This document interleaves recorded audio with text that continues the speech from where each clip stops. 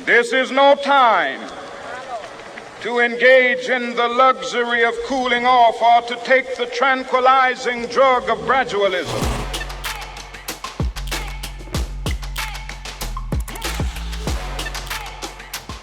It's our time to not just be invited to the table, but have a special seat at that table and really be included in the conversation. Fierce urgency of now.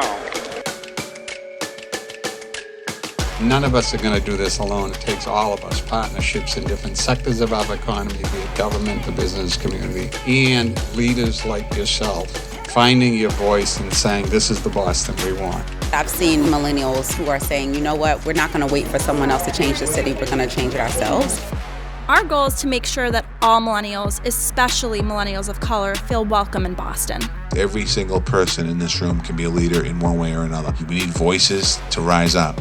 I hope that we emerge out of this with a greater sense of community and a greater sense of working together for a common cause. Being a millennial in Boston at this time right now, this is an opportunity to make a change. The fierce urgency of now.